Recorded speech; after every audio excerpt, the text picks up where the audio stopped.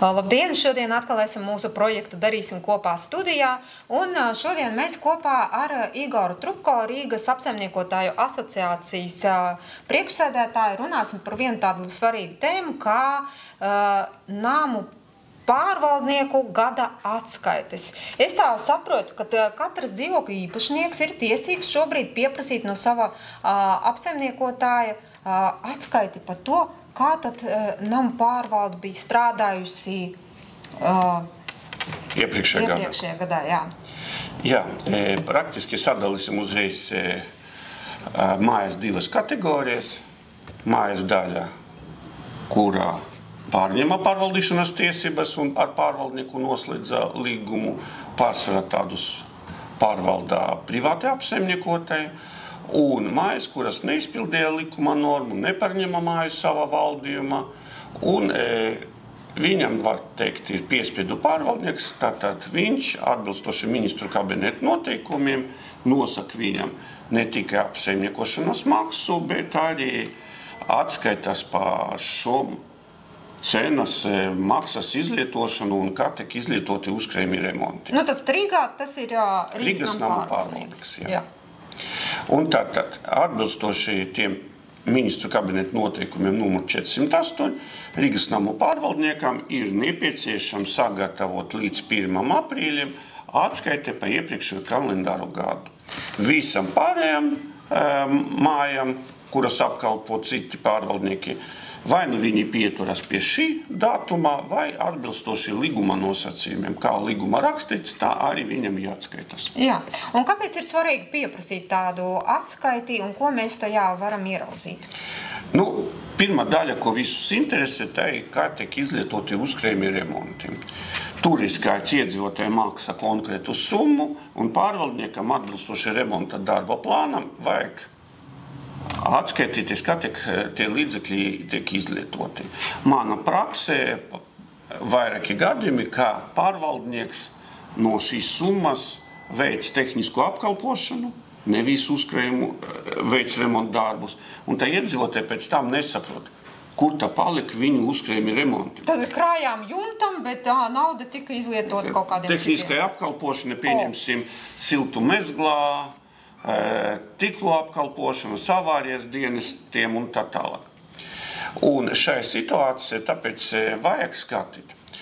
Otra daļa, tur jāapskatās, ka var būt izdarīti darbi. Iedzīvotāji domāja, ka tās būs, pieņemsim, pilnīgi izremontēts jumts, balkoni vai nomainīti stāvvadi, bet īstenībā bija tikai izdarīta, pieņemsim, kāda neliela daļa no visiem šiem darbiem, un kā iedzīvotāji pēc tām noskaidroja, ka tā ir nesamērīgi liela cena. Sākumā viņam neizraisīja nekādu jautājumu, jo viņi domāja, ka par šo naudu būs nomainīti visi stāvvādi.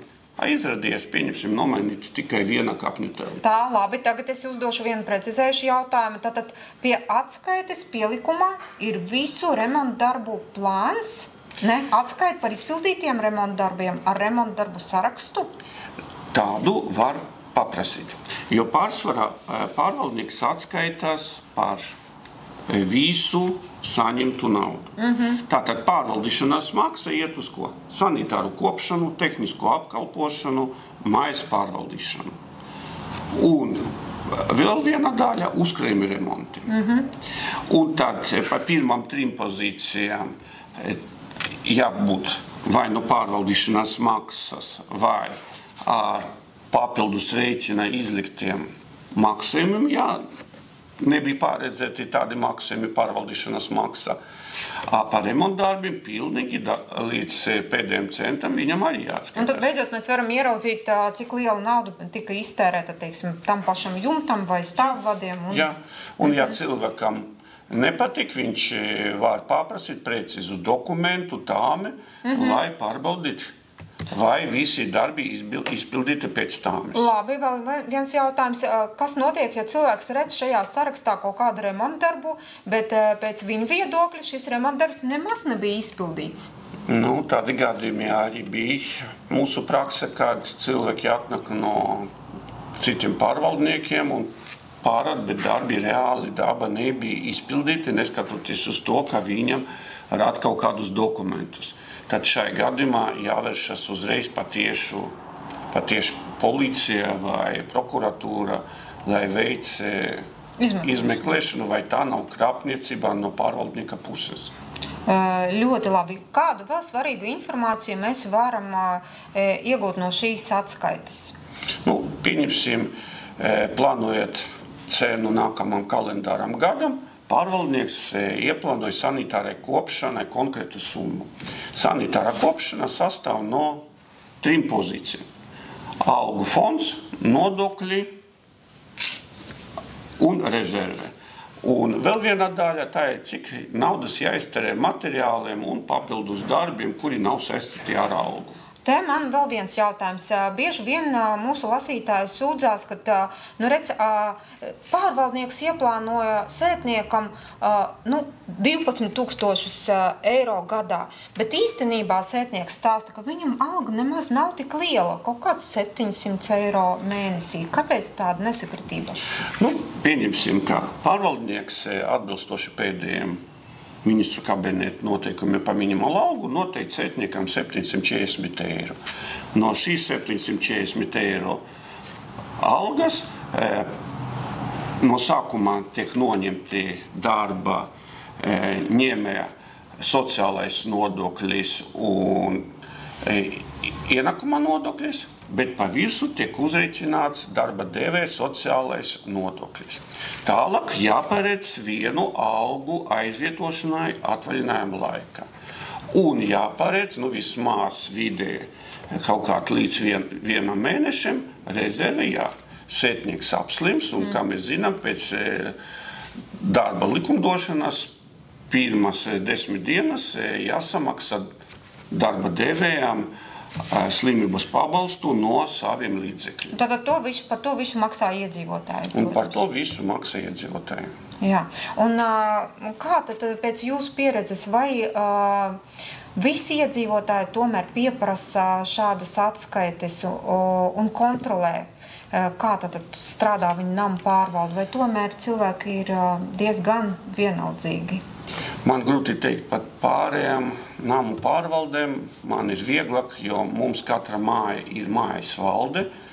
Diemžēl 90% gadījumos tikai mājas valde un pieprasa šo informāciju, un viņi kontrolē pārvaldnieka darbu un kā viņi izlieto finanšu resursus. Bet tā ikvienam dzīvokļa īpašniekam ir tiesības pieprasīt šādu atskaiti? Jebkuram dzīvokļa īpašniekam ir tiesības, un ļoti bieži pie mums nāk, vieni grib nokontrolēt, vai mājas valde pareizi izvēlējas remonta darbus, citi vienkārši savus intereses gribēja noskaidrot, kādi darbi tiek izpildīti. Bet pamatā tā ir aktivisti, kuri aktīvi darbojas, lai māja būtu vislabi, viņi un skatās, lai būtu līdz katram santīmam tiek sniegtā precīzā atskaita. Labi, laikam pēdējais jautājums. Ko daram, ja apsaimniekotājs vienkārši atsakās mums izsniegt šādu informāciju? Tad jāvēršas administratīvai inspekcijai, jo tā ir administratīvais pārkāpums, netiek pildīta pārvaldīšanas darbība, un pārvaldniekam par to var uzlikt administratīvu sodu. Un nevajag aizmirst, ka tagad atbilstoši likumam pārvaldniekam būvniecības informatīvā sistēma obligāti jāsniedz atskaite par finanšu līdzekļu izlietojumu. Tātad, ja pārvaldnieks nav izsniedz man uz rokām vai atsūtījis uz e-pastu, tad es varu iet uz BIS un skatīties un ja tur nav, tad vērsties atbilstoši administratīvā inspekcijā, lai viņi izvērtē, vai pārvaldnieki pārkāp kaut kādu likumdošanas aktu vai ne.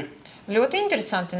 Tagad es domāju, ka ejam pie mūsu nama pārvaldniekiem un mēģinam dabūt šo atskaiti, lai precīzāk kontrolētu visu, kas notiek mūsu mājās. Paldies!